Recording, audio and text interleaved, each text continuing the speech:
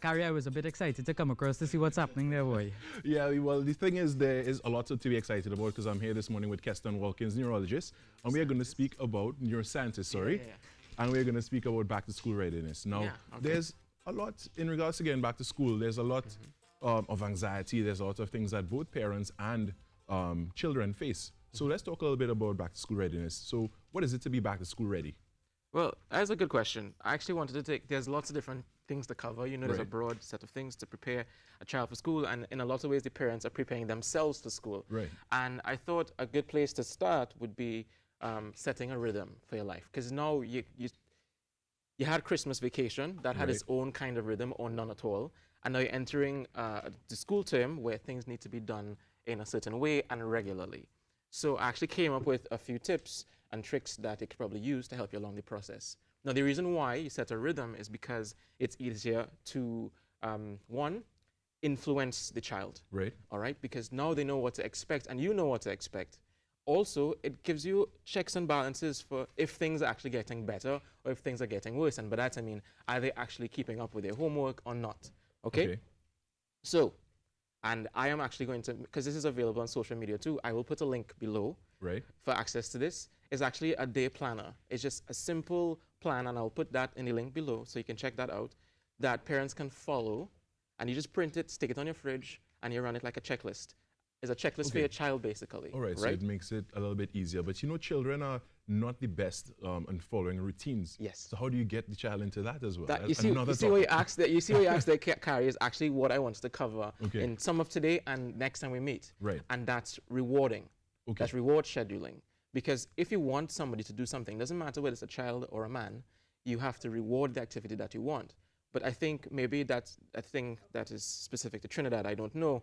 But people think that if you do your job, then that should be enough. It's not just about doing a job, especially with children. Right. You have to reward them for the things that you want them to do, even if it's things that they're supposed to do. So when they've gone through the plan, step, and reach the end, you need to reward them. Because if you reward them, they're more likely to go through the whole process again. Right. And in a few days or weeks' time, they will have that rhythm that you don't actually have to initiate, they will.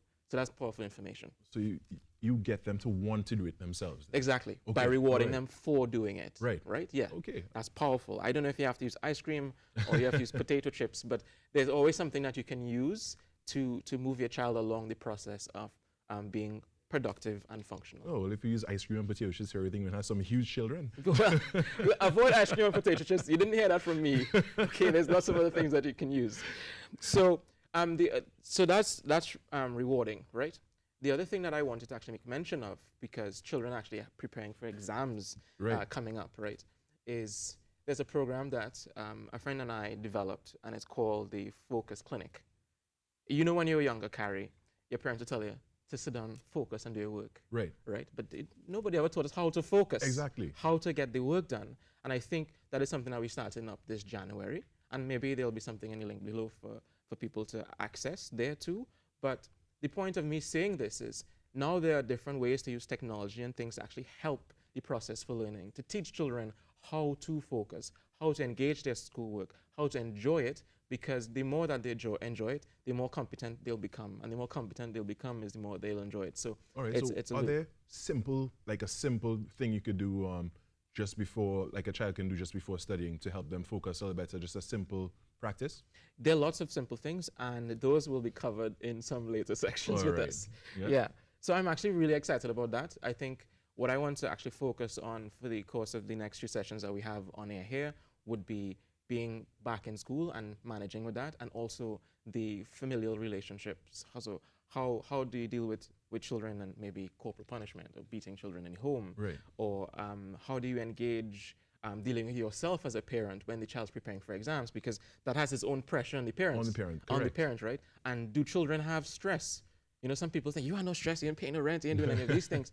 But in truth and in fact, they do, right? They have stress, they have trauma, they have all of these kinds of things. So those are some of the things that I am very, very excited to engage in 2019. All right. So as you were saying, the planner, let's go through a little bit about the little tips that we can do that they can start today as they're going back to school. No problem. So this planner, which will be in the link, by the time you guys put it up, it will be there. Right. I'll put it in there for you guys. So every single day has a rhythm, whether you like it or not. Okay, just like your body has a rhythm, the planet has a rhythm. So you wake up in the morning, you check your phone, or you pray, or whatever it is that you do. Then you go, you brush your teeth, then you deal with a key thing that you need, which is sustenance. So you eat, you have coffee, or whatever it is that you have. And then you have things that happen during your day. Now your child has the same thing. Now he's back to school, he has classes. So it's important as a parent to kind of map the course. So by the time the evening's done, you know, you've seen their homework. It doesn't matter if they take a picture of it and send it to you on WhatsApp. You've seen it. So by the time the evenings come, you have those things checked off. 1, they've eaten, you know that. 2, they've gone to school with their food, you know that. 3, they've done their homework, or at least they've shown you something that is like their homework. And then 4, they've done the key things that you need to do before bed. And that actually makes it very easy for the parent. That makes it very easy for the child.